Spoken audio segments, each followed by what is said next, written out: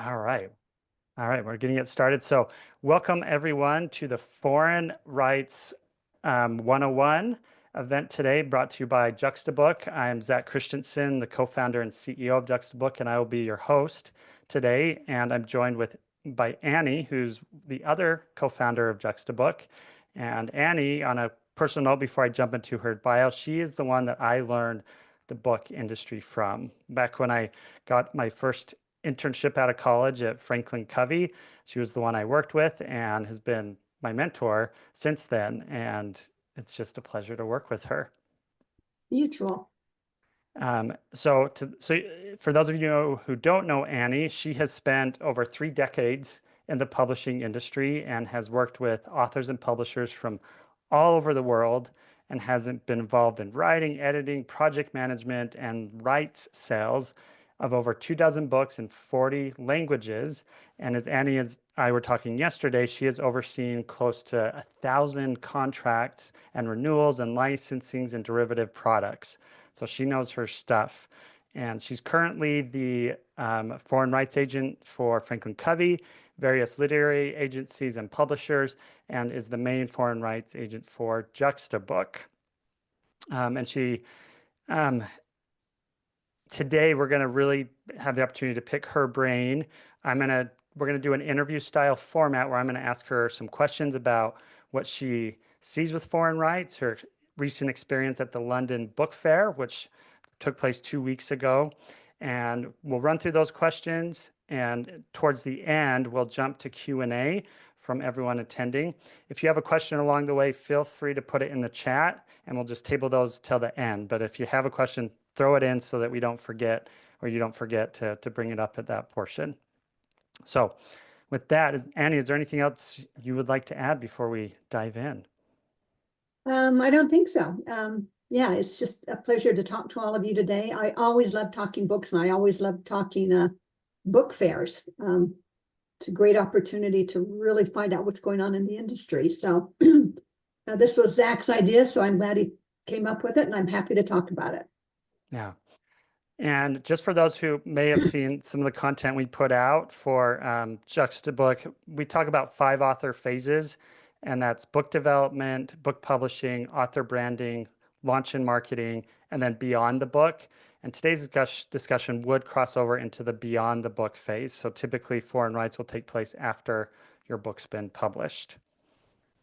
And with that, so Annie, to kick us off, what does it mean to be part of foreign rights and enter into that realm as an author? Great question. It is, well, first of all, let me tell you about London. There's 2 really big book fairs that happen every year.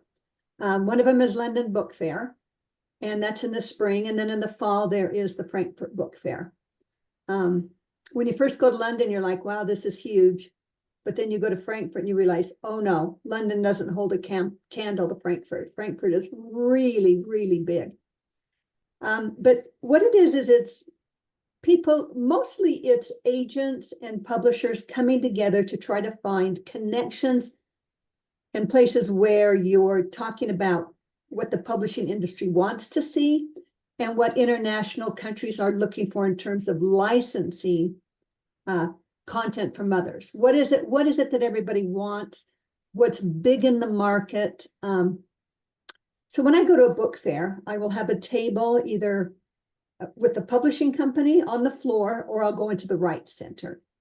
And then before you go to a book fair, you schedule appointments, just appointment after appointment after appointment. At London, I probably had close to 24 appointments over 2 days. And you usually schedule them in 30-minute increments, but you will have people come to you, you'll show them your catalog, you'll talk to them about the book, you will talk to them about what, they'll tell you what they're looking for, and then you tend to offer it up because you know your own titles well enough. A lot of times at a book fair, you're not necessarily signing contracts, you're just introducing an idea, selling them on an idea. And then after a book fair, there's a lot of follow-up. The other thing I love about an international book fair is that you're connecting again with people that you create relationships with over the years. Part of it is just socializing. and you guys probably know this, but the publishing industry is very personal. It's very much face to face. You guys know that when you talk to people about books, you connect with people, you feel their heart and their spirit, and it all comes together. And so this happens at a book fair, and it's exciting because it happens over several languages and several cultures. And I've said for the last several years when we meet with people that if we could only do away with all governments and then the people just talk to each other. And because, you find that there's a meeting of the minds. You're trying to share great ideas. You're not trying to necessarily push your own agenda. You want what's best for them, and you're trying to create a win-win process. So that's really what a book fair is about. It's just connecting and introducing new ideas. So Annie, can you go for, as I've talked to authors before, they have mentioned, oh, my book's already in foreign markets. And then I say, okay, what languages? And they're like, oh, just English. And I was like, okay, well, that's a little different than foreign rights. So can you dive in a little bit into that? Like if someone hears that so they can understand exactly what that means. You bet. Yeah. That's a perfect point. Your book can be global, but it can be worldwide global, because as you know, English can be worldwide. I mean, it's Australia, it's Hong Kong, it's Singapore. So you might think, oh, my book is international. But specifically what I focus on, or 80% of my time is spent on selling your rights into a foreign language, whether it's Spanish or German or French, Polish, Czech, Chinese, Japanese. That's probably the bigger market. If you traditionally publish, most traditional publishers will ask for global English rights. They may ask for all rights. There, I would probably caution you to think twice about whether you give away foreign language rights. Depends on how big your social media platform is, or your audience. But always be careful to make sure that you retain, or at least consider that you want to keep your own international rights. Yeah. Great. Thanks for clarifying that, Annie. And what have you seen over the past few years? There's been a lot of changes in the industry in general. How has that impacted in foreign markets? What we're seeing with changes, and with that coupled with the London Book Fair, what trends are you seeing outside of maybe within the US, but outside of that as well? This last year, in speaking with people, a lot of the concern people were very, very cautious considering political upheaval, and they're very worried about tariffs, whether it be Canada or China. And print is an issue because people are worried about the cost of paper and whether it comes from Canada. They're worried about shipping from China, whether your book's in color, it typically comes from China. That's a concern. And people have become more, again, most of the business I discuss is nonfiction.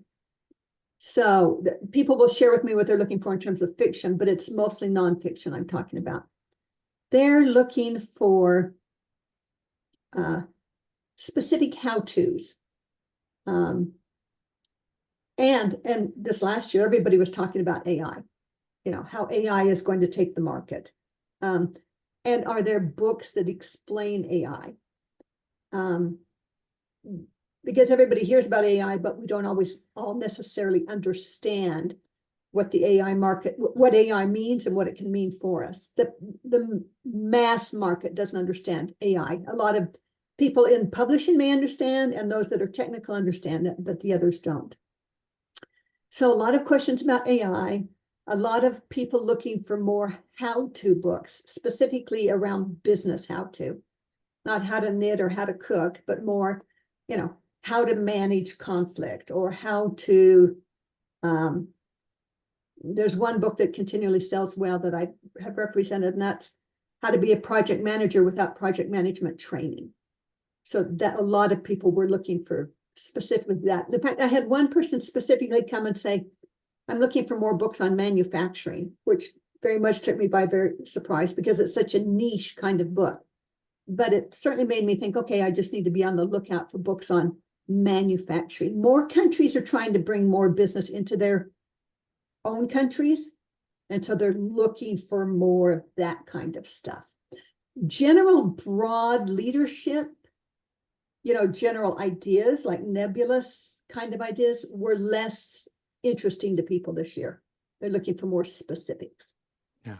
It sounds like a lot of how-to and specifics. So really narrowing down, like, what's the value that this book is Mhm. going to provide for our audience? Absolutely. Yeah. Yeah.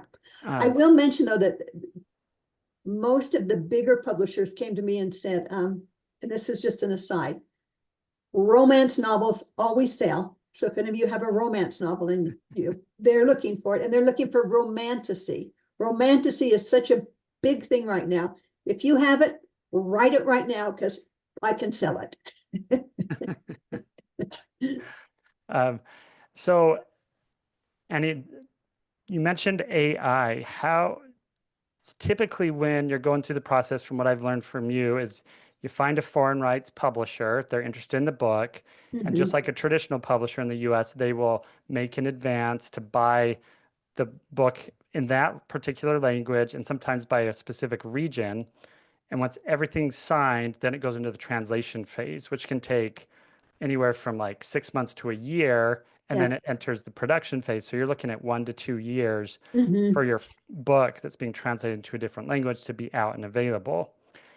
So, how do you see, was there any talk at the London Book Fair or with others about how AI is going to impact the timeline or just the process of translating books?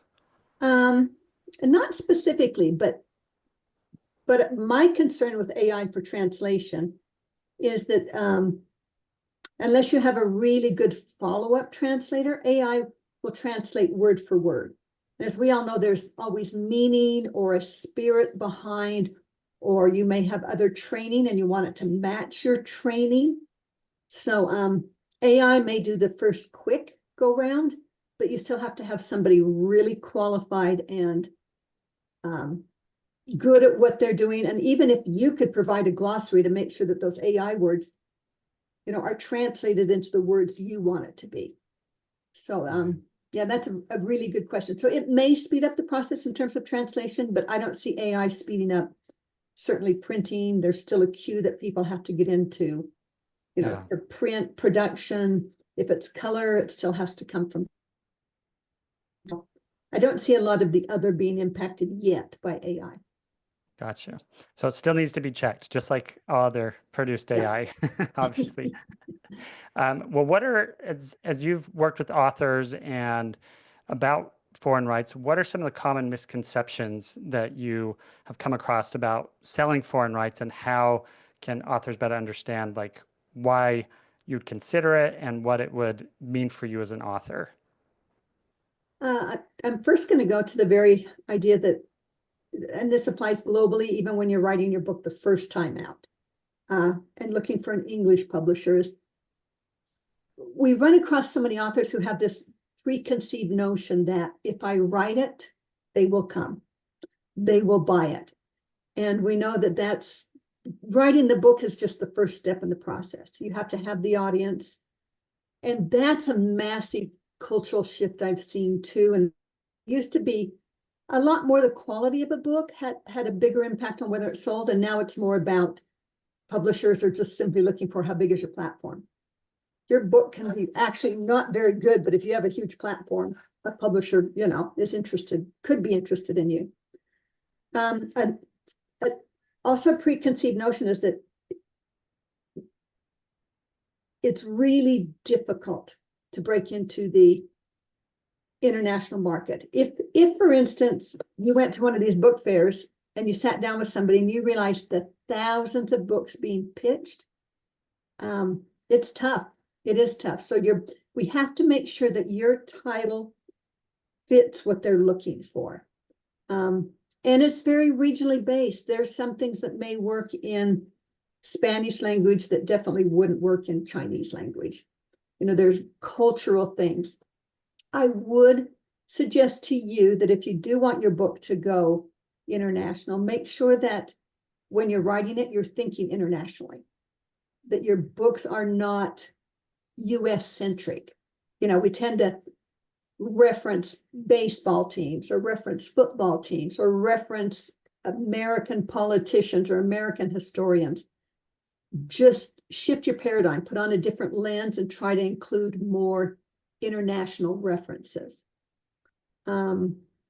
Yeah, did I answer all the questions there, Zach? Was there Yeah, something else yeah, I I think missed? so. And I think that's a good segue into thinking about what is it that authors can do to help think about that end in mind. Because sometimes you're right. You're like, I just got to get this book done. Like foreign Mm-hmm. rights is way down the road for me.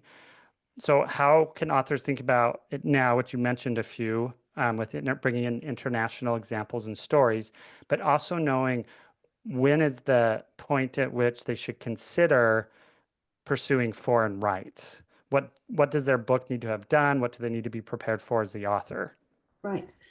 One thing I would strongly recommend to all of you is if you're building a social media platform, watch for those that come to you that are international people, be it LinkedIn or your social media or whatever, and start cultivating those relationships because they may have connections. Cultivate a relationship because they may even want to do an interview of you. They may talk about you. Build that. Then you're beginning to create an international network. So if, for instance, I should go out and try to sell your book, I can say, oh, well, they have connections in Germany, or they have done an interview with somebody in Germany. And please feel free to offer your services to these people, because the word of mouth is what's going to really increase your visibility. So I would say, certainly engage with people internationally. Do your, as we said, write a book very internationally. Try to grow your LinkedIn internationally. Don't ever be afraid to network. Get on different websites, different places where you can insert thoughts. I mean, even on Facebook, I notice all the time, there's all kinds of book groups.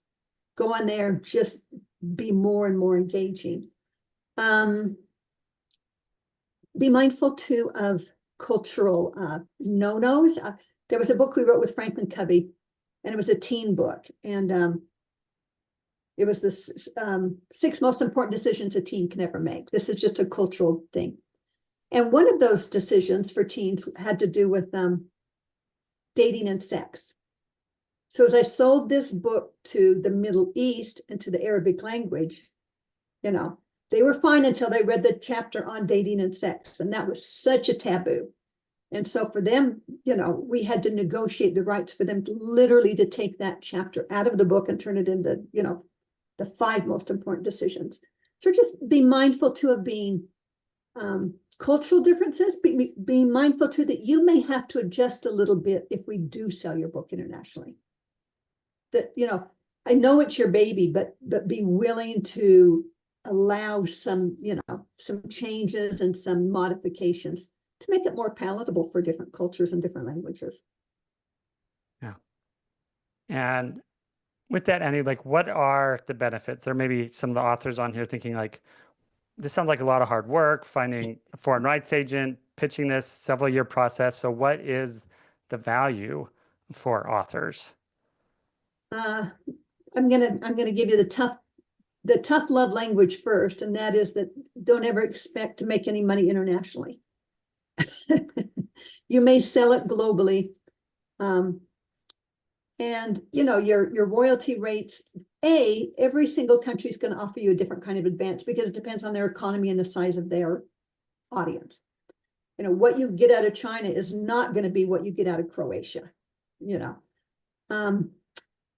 So even if the royalties were at 10%, there's the auditing piece of it, there's the agency piece of it, they take out taxes on both ends. So I'm just giving you the tough love first. But the win for you, really, honestly, is the credibility of being able to say that you are an internationally published author. It's being able to say, I've been published in 5 languages. That will boost your credibility. It's just like being an author boosts your credibility, just in general. And this just ups you just another level. That's the win. I think the other win too is that for most of you, you probably have a mission and a purpose behind your book and why you're even doing it. And, you know, if you want to get your message to the world, the book is the way to do it.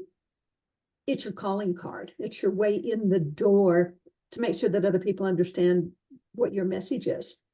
So again, I think a lot of it is intrinsic, and then a lot of it is just making your resume look even better.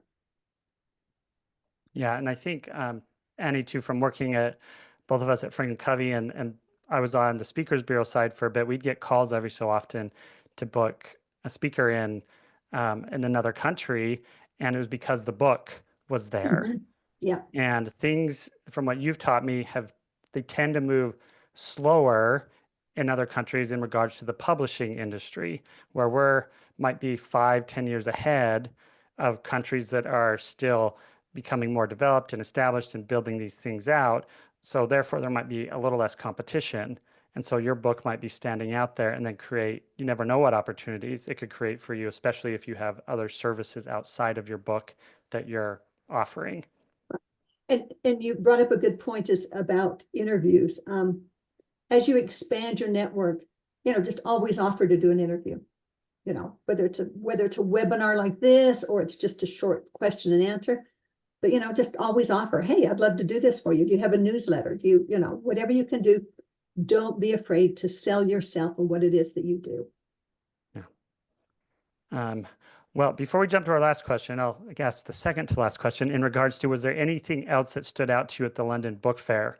I know you had sent me some images about service providers that are kind of startups that are jumping into the industry. What were some other things that stood out to you? One thing that really stood out was how many more Americans were back.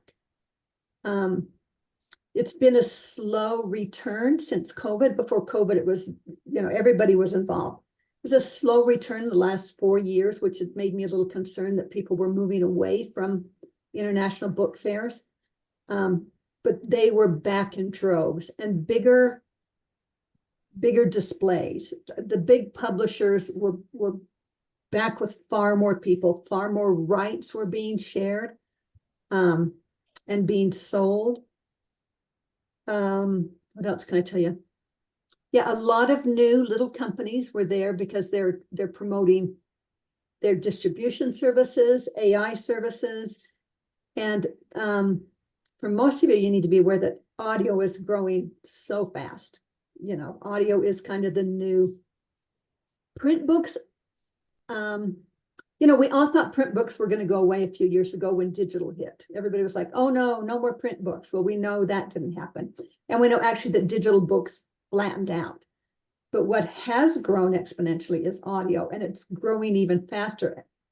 And the feedback I got, a lot of the reason audio is doing so well is that because of supply chain issues, because of tariffs, because of political unrest, because of, and dare I say it, the dreaded Amazon and how difficult it is to break through there, audio has just become, I think it's going to, well, it has already far exceeded digital books. And I think it's just going to continue to grow, particularly because it's going to be easier to record an audiobook, because as AI voices get better and better, then it's just going to get faster and faster. So be aware of your audio, that's a big piece of the puzzle. That's great. Well, before we jump to the Q&A, here's my last question for you, Annie. How does an author know if their book is ready for international sales? What are the key indicators that you would say that an author should watch for to be able to assess when it's ready? Sales is probably, well, sales is second to your platform. Your platform, particularly if you can have any indication that you've had any kind of international exposure.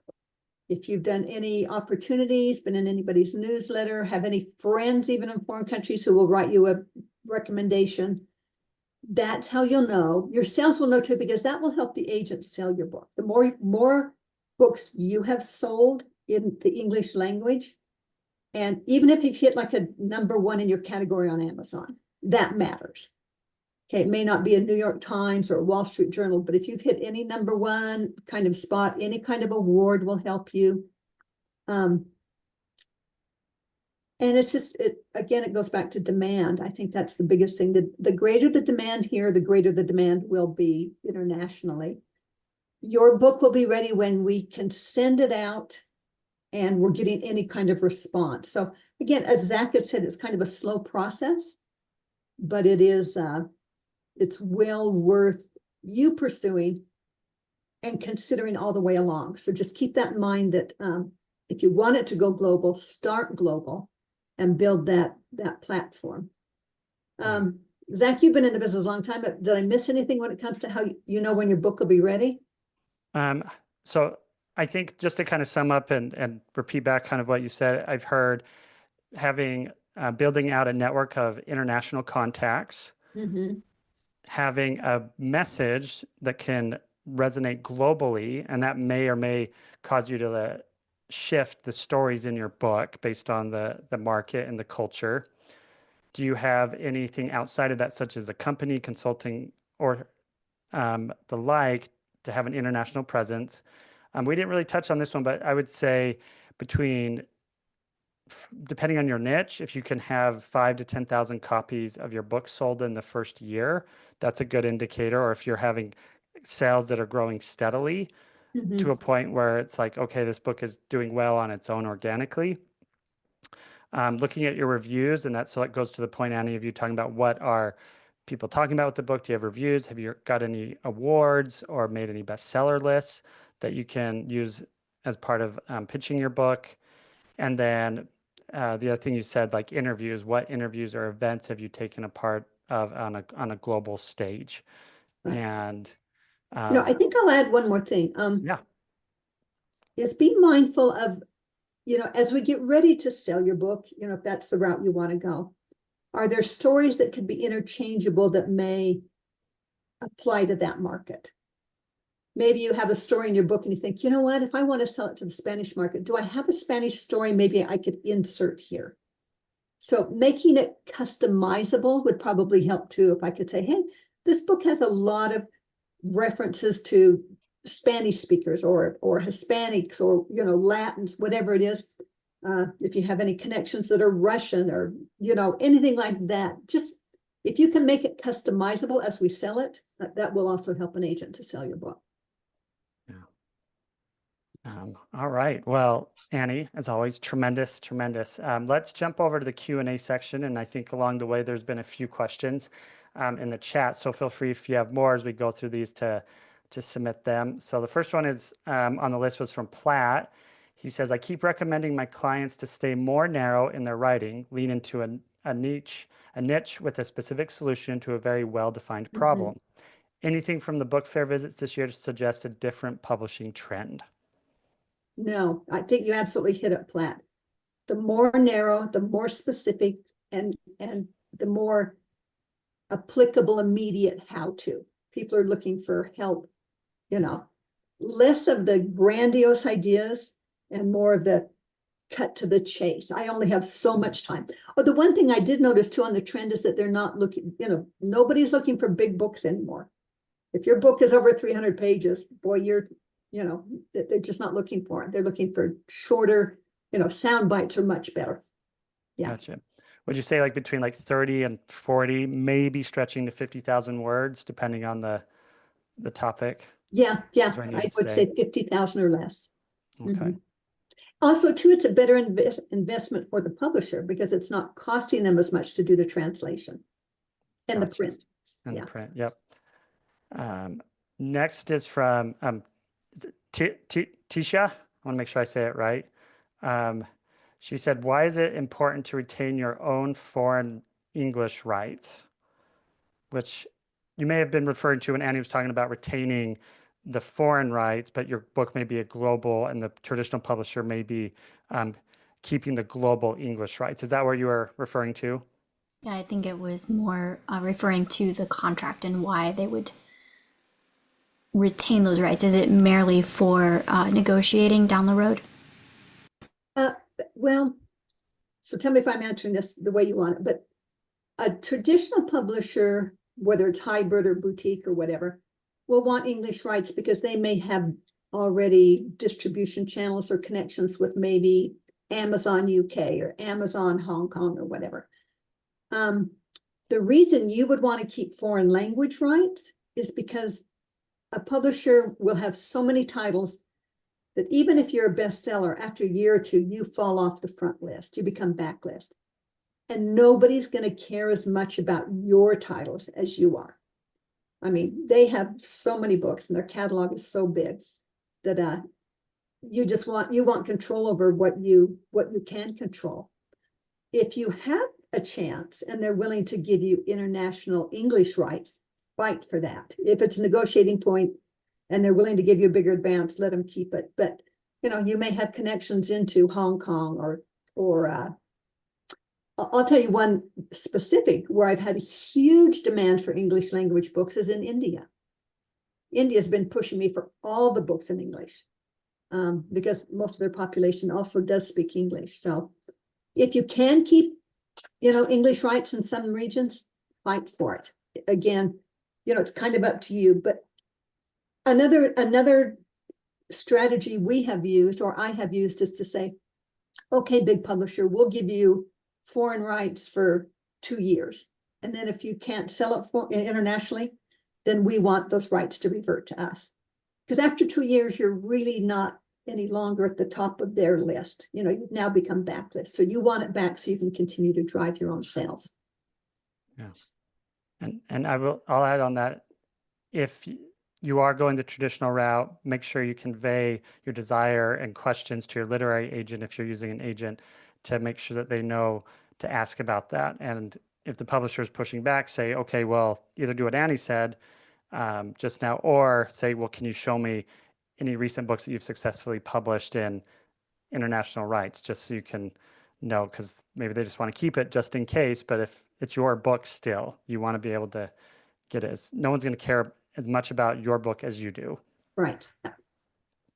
The next question comes from Todd Musig.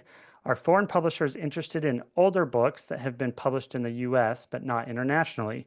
What about self-published books? Are foreign publishers interested, or do they prefer that they are traditionally published first? So two questions in one. That's that's a tough one, Todd. You know the right questions to, yeah. It's tougher if it's an older book, but if you could do a new edition, then they would probably sit up and take more notice. Because I have seen publishers open up a book and look at the copyright date. So if it's an older book, I'd just simply do a new edition so that, it feels new and fresh again. Self-published books, that's why I have also seen a shift in the landscape of publishing is they are looking at self-published books. Really what they want is how big is your platform and, how many books have you sold? And they kind of don't care as much about the traditional publisher. It's like all of us when we go to buy a book from the bookstore, none of us are buying a book because of the publisher. It's the content, it's the title, whatever. But I don't go to the store and say, oh, I only want Simon Schuster books. Yeah. And so most foreign international publishers don't feel the same. They just want to know that, what your platform is, how many you've sold, and how new is the book. So. Yeah. Awesome. Well, that's the last question, at least in the chat. Does anyone else have any other questions about foreign rights? Or do you just want to chat about books in general? I mean, I'm Yeah. open to Yeah. go open it up and And he has over 30 years of experience in this. So yeah, you can feel free to pick her brain. yeah, I can tell you the great restaurants to eat near the London Book Fair or the Frankfurt Book Fair. Yeah. Thank you I prefer, Thank you so much for this informative talk. And Zach, thanks for inviting me. Another question I had, Annie, when you were talking about India, they want English books. Are they looking for particular topics or subject matter? surprisingly, and I thought it would be different, but surprisingly, they don't really want young adult or children's books. I thought they would want more of those. They're looking for more technical books. And I think it's because, as we all know, the Indian market has kind of exploded in the technical world. So they're looking for technical stuff, less leadership stuff, because I think they're still very old school in terms of management and leadership, so anything technical is what they're looking for from me. So Thanks. yeah. What is it you write about, Tisha? What's your expertise? I work with authors and help them Okay. get books published. So I'm working with an author who his book is set in India. So I was just wondering what the Indian market was looking for. Right, perfect. I do represent an author who has an Indian name, and that helps a lot too. So I don't know the name of your, but if they have any kind of I was on a call today with somebody named Benito Salazar, which I thought was such a great name, but I thought, that would be an easier sell into a Spanish market. Somebody else named Rajiv Kapoor is my person. So a name like that also adds a little bit to that credibility. So anyway. Yeah. All right. Any other questions from anyone? All right. One thing, Annie, I thought of that when I first started working with you and we had the closet with all the foreign books that you had sold and you got copies from, is Right. one thing I never thought about is with the culture, they may change the format a bit. So like Oh the yeah. Korean, I remember seeing a Korean book and it was comic book style and kind of graphic novel style with that. And I thought, well, that's such a fun way to do that. So like there's potentially like many Mhm. opportunities to see your book in many different formats as you enter into the foreign rights space. Right.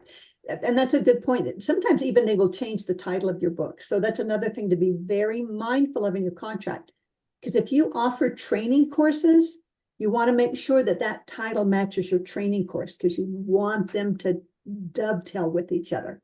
So be mindful. And all of it's a negotiating skill, a negotiating point with people, is that you want it to be a win-win for them, but you want to make sure that it's promoting what you're about. Because they know their market better than you do. So they may actually change the color of the cover, because in China, red is good luck, or, Japan. In another country, red may be too strong. So be willing to be open, be willing to go with the flow, but hold strong where you need to hold strong, such as if the title matters, then keep it pure. Yeah. Hey guys, I have a quick question. It's interesting to me where audio is exploding so much. At the same time, Barnes and Noble, brick and mortar, there seems to be a comeback. Like, how do you, is that a global phenomenon? Is that just US? Are brick and mortar stores coming back? And how do you reconcile this weird resurgence of that, as well as, the audio sort of taking off in the way that it has? Right. It's interesting because, there's a new Barnes and Noble here, that's just opened up here near us. Yeah. And I wondered this, I've been thinking about the same thing. There's a couple of things. I think Barnes and Noble is doing well, or doing better, because they totally revamped. They filed Chapter 11 or whatever they did. They brought in a new owner. They reinvented themselves. I think they got more efficient. But again, they're just such a small piece of the market. We know that independent bookstores are still struggling. But also, too, we need to be aware that just because somebody gets an audio doesn't mean they're not going to get the print book. And in fact, I was last week in New York City at Simon & Schuster, and they were talking about that very idea. That, oh no, if they buy one, they won't buy the other, but we don't find that necessarily to be true. Yeah, if you really love a book, you're going to want it in both formats, typically. What people do like about print books is you can share it with others. Audio, it's a whole lot, it's really tough to share it unless you can share with one person on, yeah. But you're right. I've thought the same thing about Barnes and Noble, about what's brought them back and how are they doing so well. But I think they provide an environment that you get a certain kind of clientele who wants to go in and wants to experience a real bookstore. Yeah. Yeah, but yeah, it's audio. And I think audio is growing exponentially, because for me, it had to do more with COVID. That in COVID, I swapped. I used to be 90% print, 10% audio. Now I'm about 90% audio, 10%. Honestly, the only place I really buy books anymore is at the airport because I like to read books on airplanes. So, anyway, Thank you. yeah. What do you think? Do you have any ideas on why?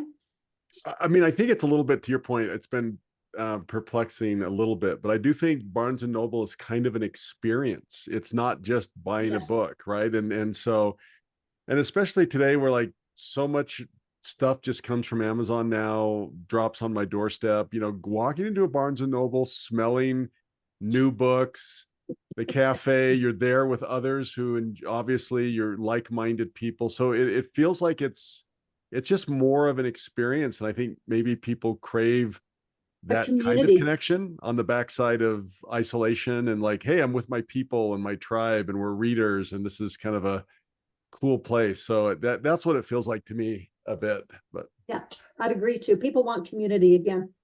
Yeah. And I think some of the Barnes and Nobles that I've been in um, have more autonomy in catering to the local market. So it's not just every Barnes and Noble has these books and carries them. It's the whoever's managing it has a lot more autonomy to choose what's going to fit within their community.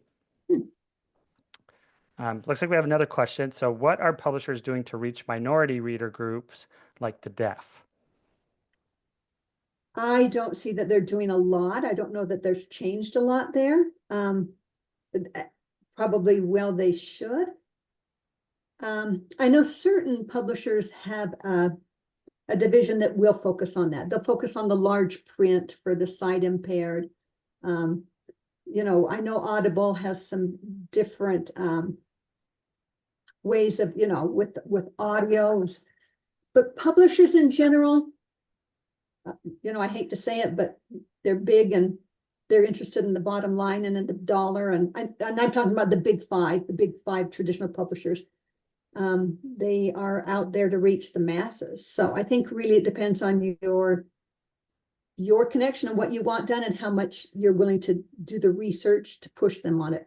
I know when I worked at Franklin Covey, specifically with the 7 Habits, we would get a lot of requests from schools or students that needed the large print or needed it to be in audio, and we were required to provide it. So we did work with Simon & Schuster to provide that. So they're required to provide it. Doesn't mean that it's readily available, but they will have to provide it if it's asked for. So that's an interesting question. Yeah, Yeah, could be a good one. good opportunity that no one's Yes. expanded on yet. Yeah. Well, I just want to, as we close out, if anybody on the call is interested in getting on a call with Annie and me about your book, specifically with foreign rights. So we do offer a service with that, but we do it with a free consultation because we want to make sure that your book is ready for that market.